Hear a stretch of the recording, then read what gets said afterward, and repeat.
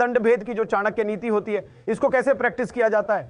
अगर ये किसी भी देश की सरकार को सीखना है तो उनको अगली फ्लाइट से अपने सभी स्ट्रेटेजिस्ट की एक टीम इजराइल भेजनी पड़ेगी, क्योंकि चाणक्य नीति की जितनी भी टीचिंग्स है उनके ऊपर इजराइल की सरकार आज की डेट में 100% अमल कर रही है।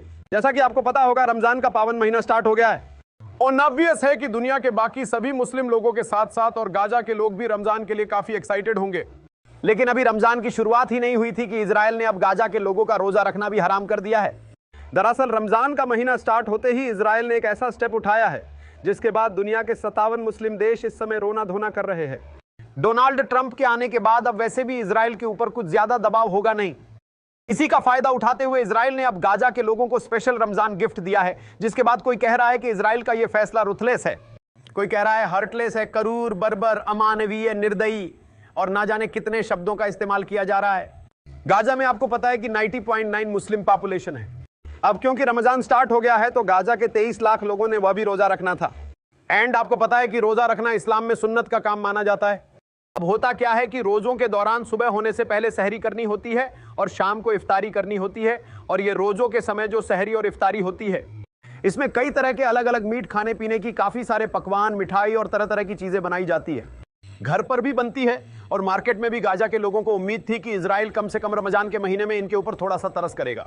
लेकिन हमास के चलते इजराइल ने अभी एक ऐसा स्टेप उठाया है जिससे पूरी दुनिया की मुस्लिम कम्युनिटी एक बार फिर से इजराइल को कोसने लगी है। रेफरेंस क्लैप के स्क्रीन के ऊपर आर्टिकल का स्क्रीनशॉट है। दरअसल रमजान स्टार्ट होते ही इजराइल ने गाजा जाने वाले सारे गुड्स को ब्लॉक कर दिया। ना खाने पीने का सामान गाजा के अंदर एंटर हो रहा है, ना मेडिसिन और ना ही कोई दूसरी आइटम। इजराइल की गवर्नमेंट ने गाजा के एंट्री पॉइंट्स के ऊपर हजारों ट्रक्स को रोक दिया है एंड एक भी ट्रक अब गाजा के अंदर एंटर करने की परमिशन नहीं दी जा रही है, जिसके बाद अब गाजा के एंट्री पॉइंट्स के ऊपर हजारों ट्रकों की लाइन लगी हुई है। दरअसल इजराइल चाहता है कि हमास इजराइल के साथ सीज फायर अग्रीमेंट को आगे एक्सटेंड करे और बाकी हॉस्टेज को भी जल्दी से रिलीज करे। इस समय कुल मिलाकर 24 इजराइल आज की डेट में हमास की कैद में है, जबकि 24 की बॉडी अभी भी हमास ने अपने कब्जे में रखी है।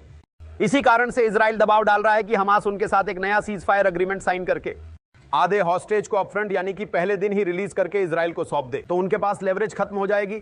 हमास का कहना है कि निगोशिएशंस के अंदर अमेरिका, कतर, इजिप्ट और न्यूट्रल देशों ने जो उनको आश्वासन दिया था और जो उनको कमिटमेंट मिली थी कि इजराइल गाजा में अपने सभी ट्रूप्स को निकाल लेगा।